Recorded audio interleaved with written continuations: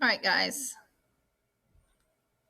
So we are beginning Unit 3, Variation of Traits. This to me is probably one of the hardest units we do, but it is also one of the most interesting units we do.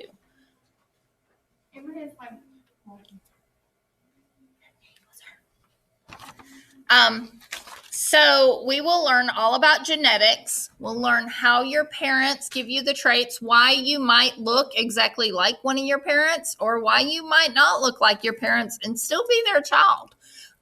So we're going to learn a lot about genetics. We are also going to learn about some genetic disorders and about genetic technology, some of the things that medicine is doing with genetics these days, which to me is the most interesting part. Now, you can tell how big this unit is if you click on slide 2. Yesterday, we studied the Quizlet set for this unit, and there's 41 words. That's the most words we've had so far. Some of these words are words that we use, like beneficial, harmful, and neutral. But a lot of them are words we do not use, such as dominant alleles and recessive alleles and homozygous and heterozygous. So it's important that you spend time each day in your Quizlet unit studying these words. If you click on the Unit 3 Variation of Traits Quizlet set at the top of the page, it takes you to that Quizlet set. You need to study those words every day. Click on slide 3, please. If you notice, there aren't a whole lot of objectives for this unit. So that is the good news. The bad news is it takes a little longer to understand each of these objectives. So we are going to learn about how genetic material passes from one generation to the next, distinguish between dominant and recessive traits, explain how genes control the production of proteins essential to cells. We're going to learn to use Punnett squares to predict patterns in heredity. We are going to talk about the structure and sequence of DNA and RNA. We're going to find out about mutations and how some are harmful, some are beneficial, and some don't really have any effect. And then we're going to talk about different genetic technologies. So, slide 4, get your tools ready.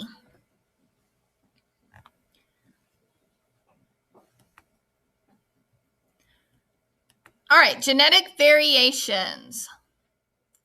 Highlight Gregor Mendel. Gregor Mendel is known as the father of genetics. So in that next line, also highlight father of genetics. Gregor Mendel is known as the father of genetics. Letter B, highlight that whole thing. Genetics is the study of how traits are passed from parents to offspring.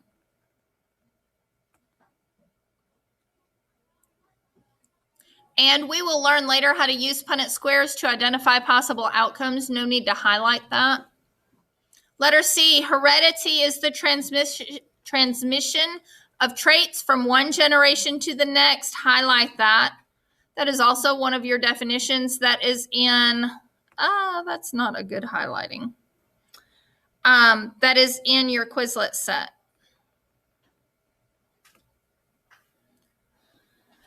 We have already talked about the differences in asexual and sexual reproduction, but they lay those out there as well. Let's move on down to letter D, traits. Traits require inheriting 2 alleles, one from each parent. Start with inheriting and highlight inheriting 2 alleles, 1 allele from each parent.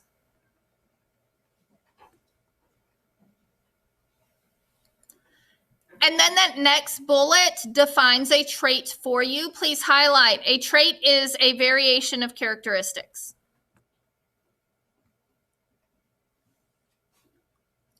Move on over to the next side of that slide. Letter E, characteristics. A characteristic is an inheritable physical feature. Highlight inheritable physical feature. And it gives some examples there. Examples are always good to study. Letter F, allele. We have already used this word, and some of you asked about pronunciation of it yesterday when you were working on your Quizlet set. An allele is a different version of a gene. If you look in that line right under allele, highlight different version of a gene. And if you move down to the next bullet, please highlight each trait requires 2 alleles. It's important to know that every trait you have, such as the color of your eyes, whether your hair is straight or curly, if you have freckles or don't have freckles, each of those traits requires 2 alleles. And then down at the bottom there, please highlight dominant alleles are notated with a capital letter, and recessive alleles are shown with a lowercase letter.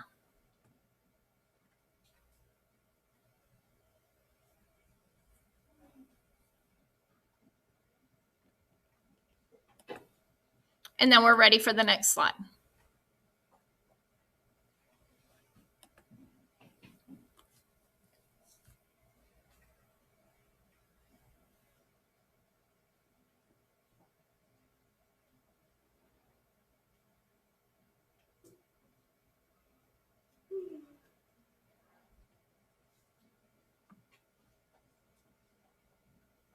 All right, we're at letter G. Homozygous, also called pure breed. Highlight homozygous and pure breed.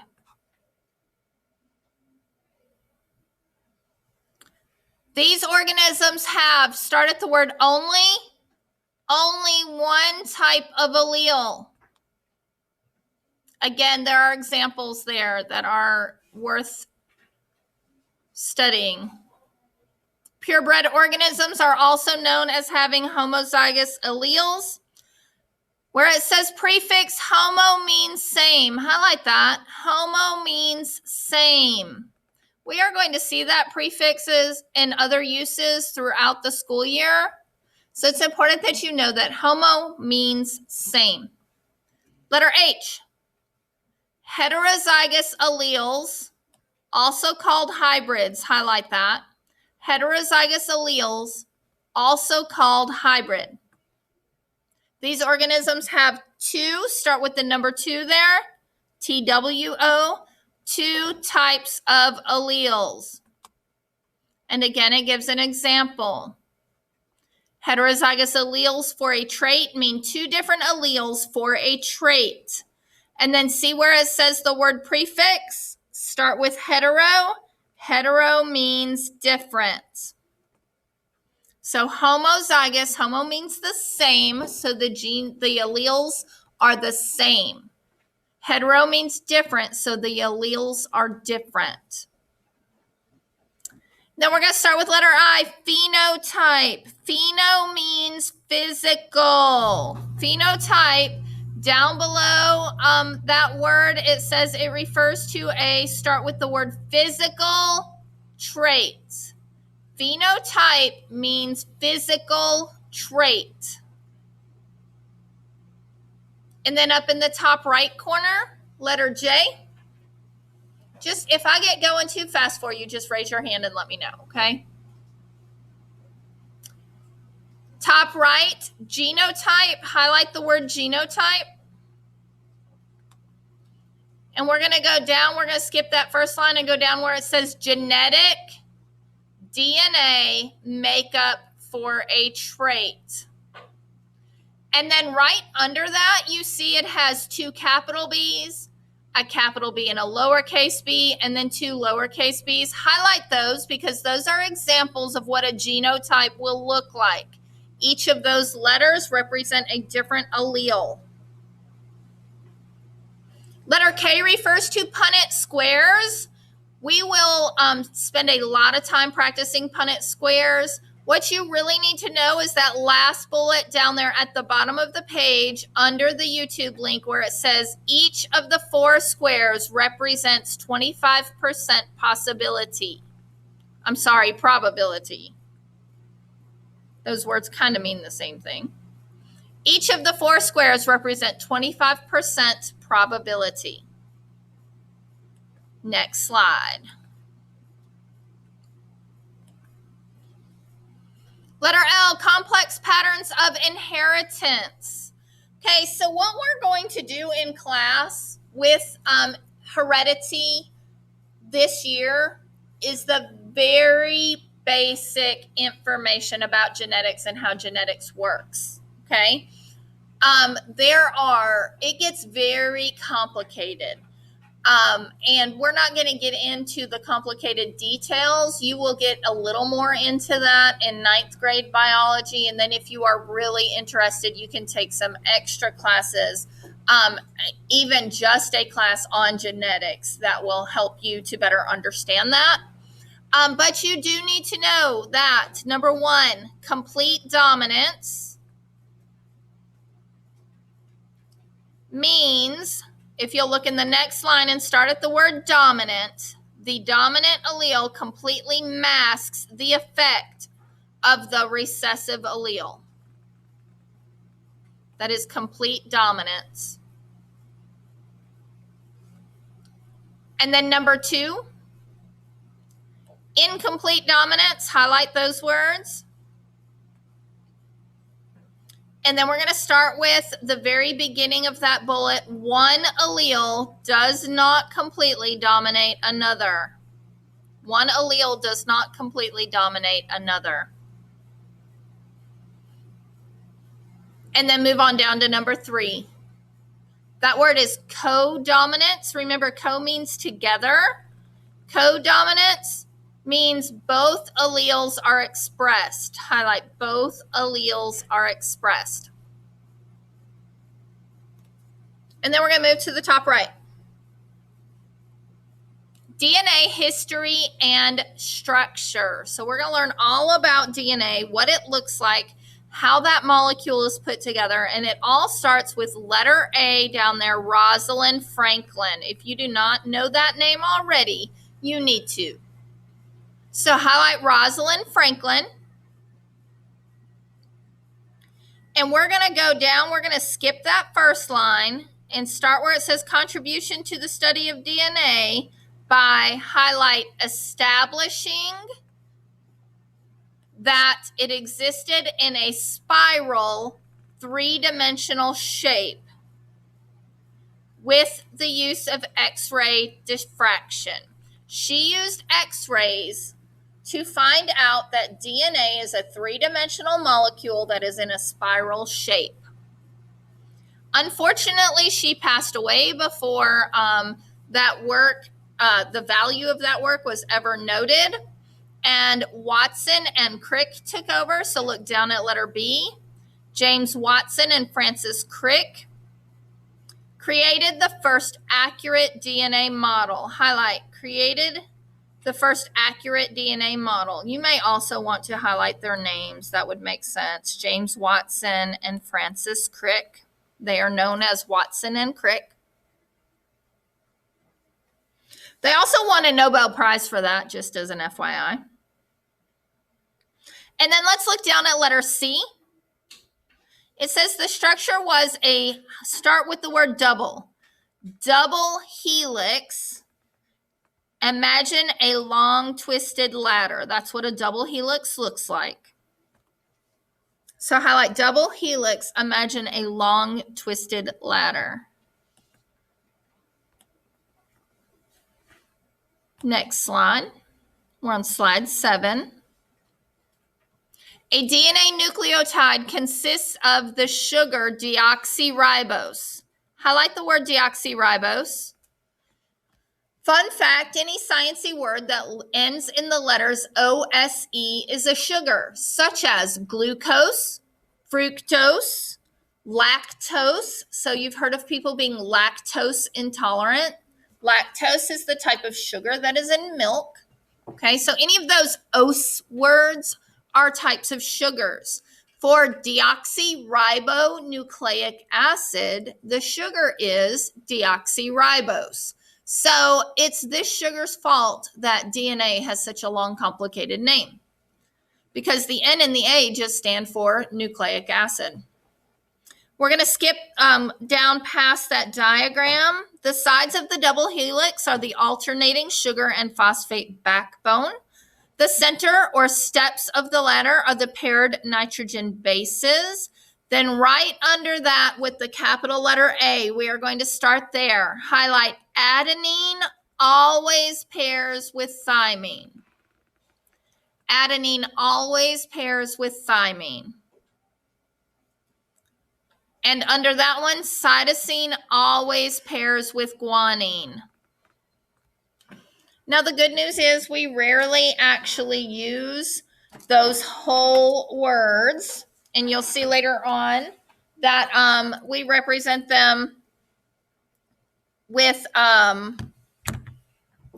letters instead. This is supported by Chargaff's rule. Hydrogen bonds we don't really care about, so we're going to move on to the top right-hand side. Erwin Chargaff. Chargaff starts with a C, but it sounds like an SH, so highlight Chargaff. You need to be able to associate his name.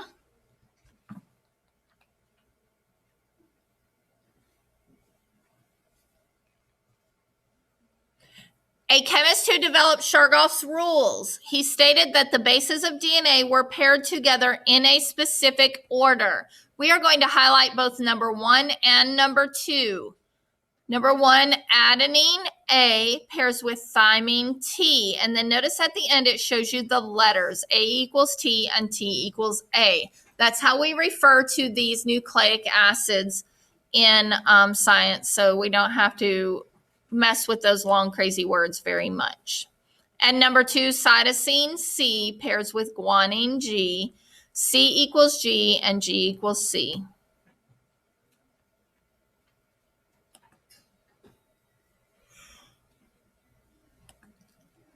We're going to move down to slide 8.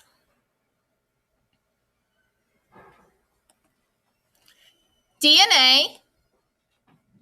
Highlight deoxyribonucleic acid. While you never ever have to be able to spell that correctly, you do have to be able to recognize that as being the same thing as DNA. Sometimes in test questions, they will abbreviate it DNA, but sometimes they will write out the whole word. So you need to be able to recognize them as being the same thing. We're going to skip the next line and go to the word all. All of the instructions that determine the traits of living organisms need to survive. That's what you find in DNA. And then in the parentheses, it acts as $1 million. Highlight the word blueprint for living organisms. Blueprint is in quotation marks. Blueprint for living organisms. Just like your house has a blueprint, and that blueprint tells you exactly where all the plumbing is, where all the electrical stuff is, anything inside the walls, where the walls go, all of the details about how your house is put together. DNA provides that for your body. Number 1, almost every cell in the human body has 2 meters of DNA. I know Miss Jean's got a meter stick here somewhere. Is that it right there? Yes, will you grab that for me? Actually, grab both of them. So, remember when we looked at cells and how tiny those onion cells were? The cells in your body are smaller than the onion cells. Plant cells are usually a good bit larger than animal cells are, and you are an animal, so your cells are a lot smaller than plant cells. But in every cell that you have, your DNA, if it stretched out end to end, would be this long. In every single cell in your body, approximately 2 meters long. That is a ton of DNA. But remember, we talked about how DNA is usually just like a big old pile of spaghetti inside your nucleus, right? It is a very skinny, very, very skinny molecule, so it's able to just kind of wad up and take up very little space. Number 2, DNA gives each organism its unique characteristics, but it functions in the same manner in all organisms. Number 3, DNA is often coiled around proteins and coiled into strands called chromosomes, which are found in the nucleus of eukaryotes. Let's see here. Let's highlight the letters DNA. And I guess just highlight that whole part. DNA is often coiled around proteins and coiled into strands called chromosomes. So chromosomes are made of your DNA, okay? And then that next bullet down there, genes are segments of nucleotides located on the chromosomes. You don't need to know that word nucleotides. So if you want to take like a dark highlighter and highlight over nucleotides, or a red one, what you need to know is that genes are segments located on chromosomes.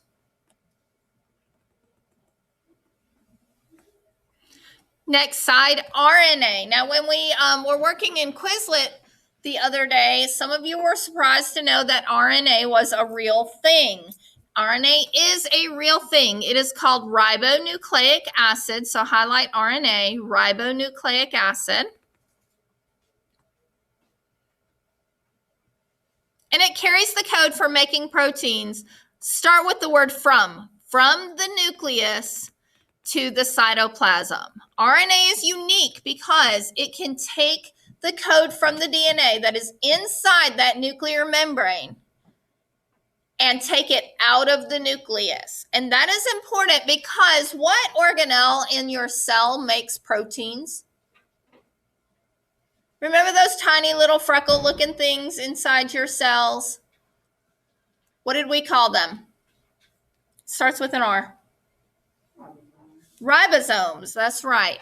So the ribosomes are what build the proteins that build your body. So the code from the DNA has to get to the ribosomes, but the DNA is protected inside the nucleus, and the ribosomes are in the cytoplasm outside the nucleus. So the RNA is kind of like a spy that steals the code from the DNA in the nucleus, takes it out of the nucleus to the ribosomes. Next bullet, the order of the bases on the RNA strand determines the order of amino acids that will build certain proteins. Next bullet, proteins are molecules made up of amino acids that are needed to build and repair body structures. They also regulate body processes, and they do work within the cell. Last bullet, RNA, please highlight this one. RNA can also make structures such as ribosomes and transfer RNA molecules. And then letter B, the sugar in RNA is called ribose. Slide number 9.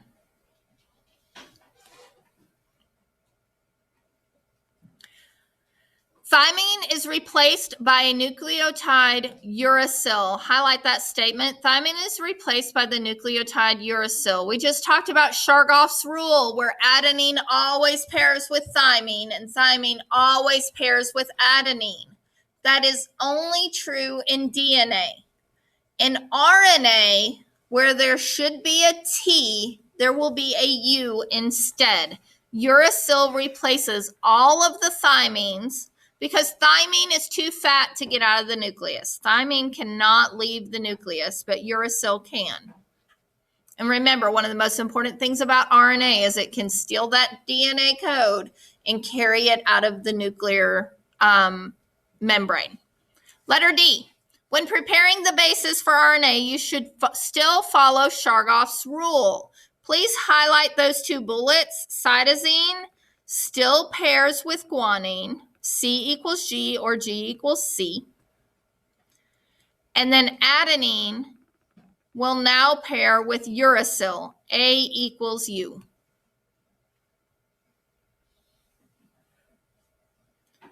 Letter E, RNA is only a single-sided strand. Highlight that. RNA is only a single-sided strand. Remember, DNA looks like a ladder that is twisted. It has two sides to it. RNA only has one side. Over on the right side, letter F. Go down to letter F, RNA transcription.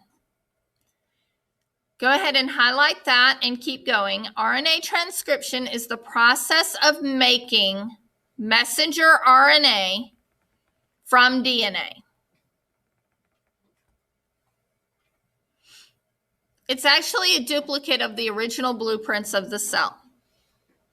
Then move on down to letter G. You have to know the difference between transcription and translation. Letter G, translation is the process of making a protein from RNA.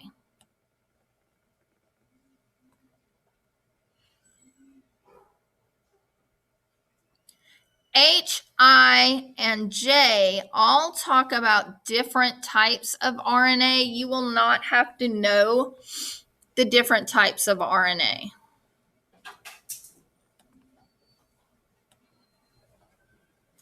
Slide 10. Mutations. Mutations, to me, is the most interesting part of this entire unit. Mutations are a change in the nucleotide sequence. So highlight that. Mutations, a change in the nucleotide sequence. There are several types of mutations. You do need to know the different types. So highlight number 1, deletion. Number 2, insertion. And number 3, substitution. And those words kind of speak for themselves. A deletion is where a gene is deleted. An insertion is where a piece of a gene is inserted. And a substitution is where one chunk is taken out and a new chunk is replaced. Letter C, the effect of a mutation depends on the location and the type. So some mutations can be a positive thing, some can be a negative thing, and some can have really no difference or no change. It just depends where in the DNA that process occurs. Top right corner, letter D, the change in traits can cause genetic disorders.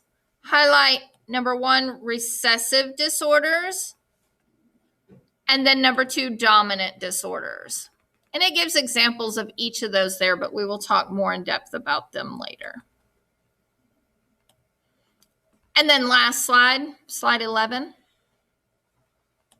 A pedigree is something that we are used to hearing in relationship to horses or dogs. If you have a purebred dog, you may want to see their pedigree. You may want to know who their parents were and who their grandparents were, just to show a pure bloodline.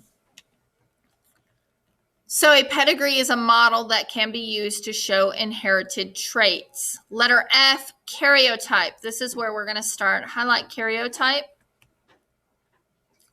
And then highlight the first line there, an organized profile of a person's chromosomes. So this is relatively new science. We can actually map the human genome. We can map out your DNA and look at different pieces and parts of it.